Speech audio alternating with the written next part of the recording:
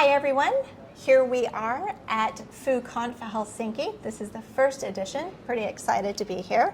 And I ran into Juho, and we had a really interesting conversation about conferencing basically and education.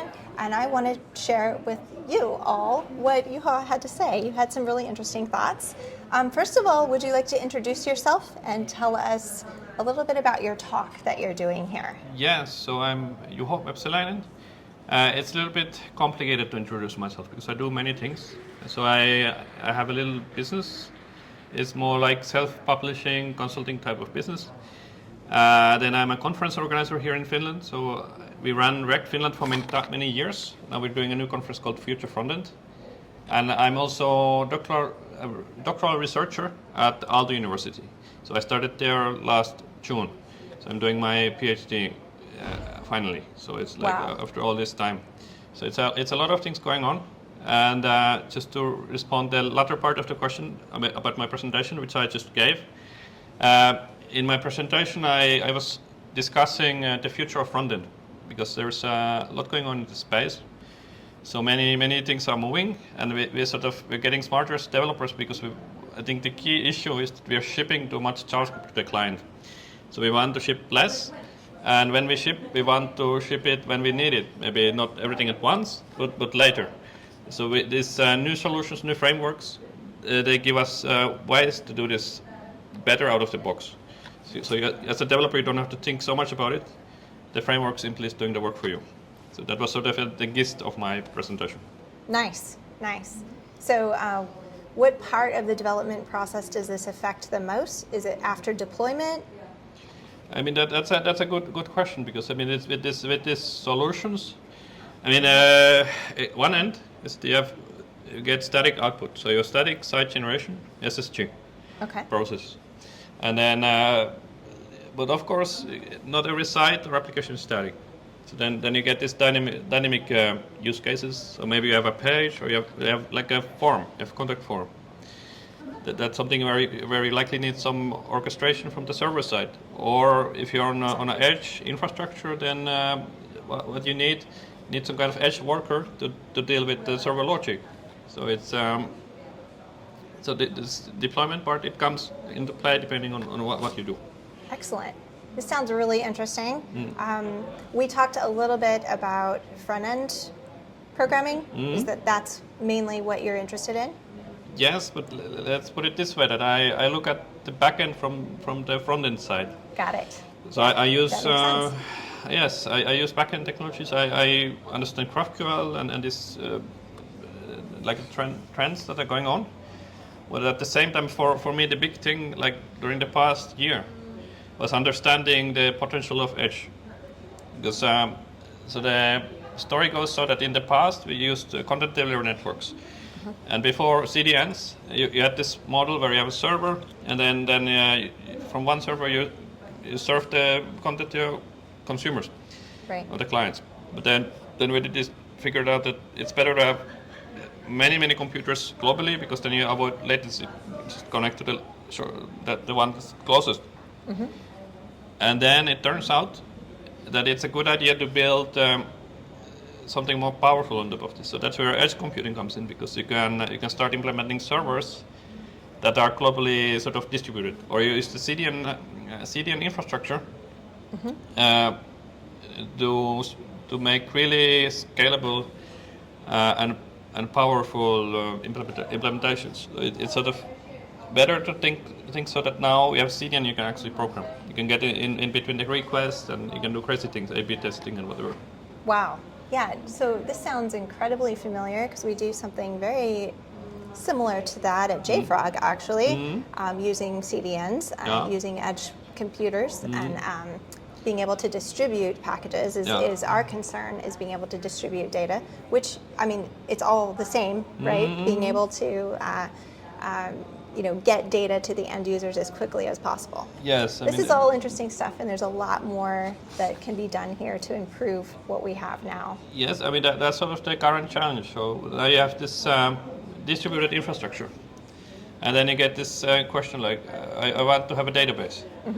But now, and then you write to the database. Do you want that the data is actually available everywhere at once, or is it enough that it's eventually available? So you get these considerations. So you have to like maybe change the way you think about software development a little bit, and consider the constraints. Yes. Yeah, that completely makes sense to me. Mm-hmm. We discussed a little bit about conferencing. Yeah. Awesome to be here. It's really nice to see conferences getting back up and running, Yep. and this one, a brand new conference. Mm-hmm. This is my first time in Helsinki. I'm really enjoying this one. Yep. But you have many other conferences under your belt. Yes. So I did a lot of speaking in the past. So I went. I was mainly touring Europe. So like Germany, Czech, Slovakia, Austria. Many countries actually, too many to mention. And I think one of the more interesting trips was to Israel, Tel Aviv. Nice. Yeah, really good, nice city. But yeah, I think as a conference organizer, like starting from 2020, it became really hard. Yeah. Very hard times. But it seems we are on a path to recovery. So now, like last year, from the fall 21, no 22. No, in I know, I've lost 2 years. Yes, we lost a couple of years, but now we're sort of back on track.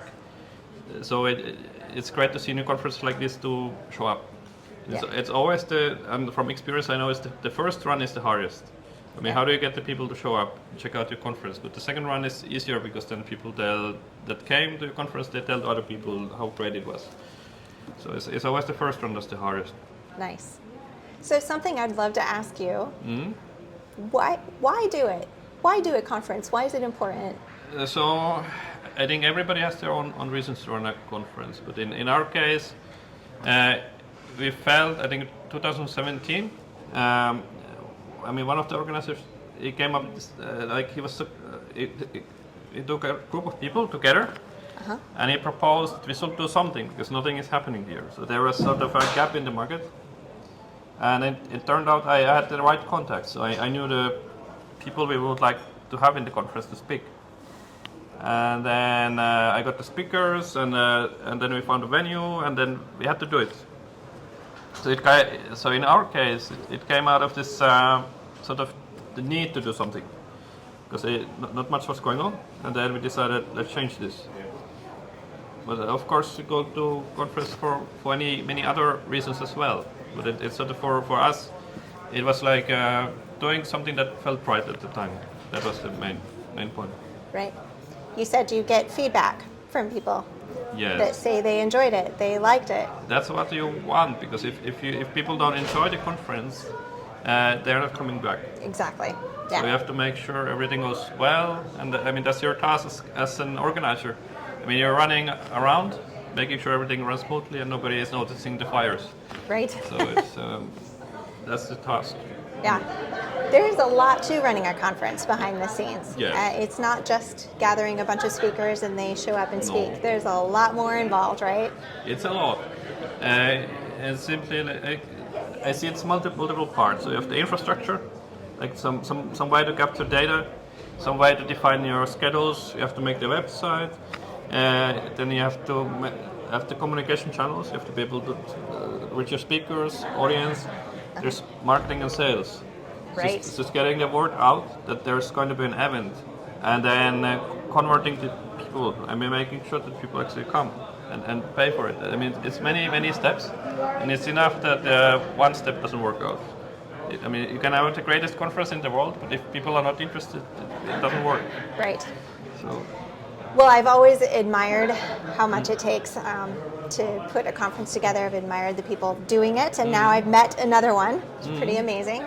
A lot of what I get out of a conference personally, even now and in the past, before I was a speaker myself, is just education, learning different perspectives. Yes.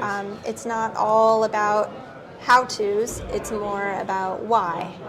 Why we do the things we do. But I mean, here is where it gets interesting. So I mean, I've been into like 20 technical conferences, and now it's sort of everything is more or less the same. Like it's let's put it this way: the experience I have now is very different than the first times.